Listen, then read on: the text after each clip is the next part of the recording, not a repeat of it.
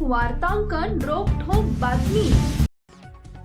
खासगी कंपन्यांमध्ये पदोन्नती, इन्सेंटिव्ह, पगारवाढीसाठी आवश्यक असणाऱ्या विविध कोर्समध्ये बेकायदेशीरपणे उत्तीर्ण करणाऱ्या टोळीचा सोलापूर सायबर पोलिसांनी पर्दाफाश केलाय।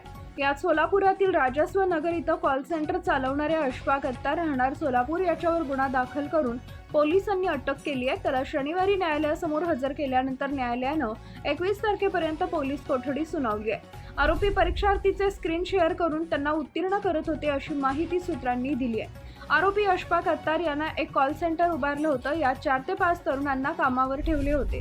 राज्यातील नोकरीच्या शोधात असलेल्या तरुणांना विविध वेंडरच्या माध्यमातून संपर्क साधून बेकायदेशीररित्या विविध कोर्सेसचं प्रमाणपत्र मिळवून देण्याचा प्रकार या कॉल सेंटरमधून होत असल्याची गोपनीय माहिती मिळाली। या माहितीवरून पोलिसांनी पडताळणी केली। त्यानंतर शुक्रवारी सकाळी सायबर पोलिसांनी छापा मारला। यात आरोपी हे वेंडरच्या माध्यमातून गरजू तरुणांचे परीक्षेचं वेळापत्रक आल्यानंतर त्या विविध सॉफ्टवेअरच्या माध्यमातून संगणकाचे स्क्रीन शेअर करून घेत होता। त्या प्रश्नांची उत्तरं आरोपी आपल्या कॉल सेंटरमधून द्यायचे। हे उत्तरे ते ChatGPT, AI आणि गुगलवर शोधून देत होते। अशा टोळीला सायबर पोलिसांनी पकडले।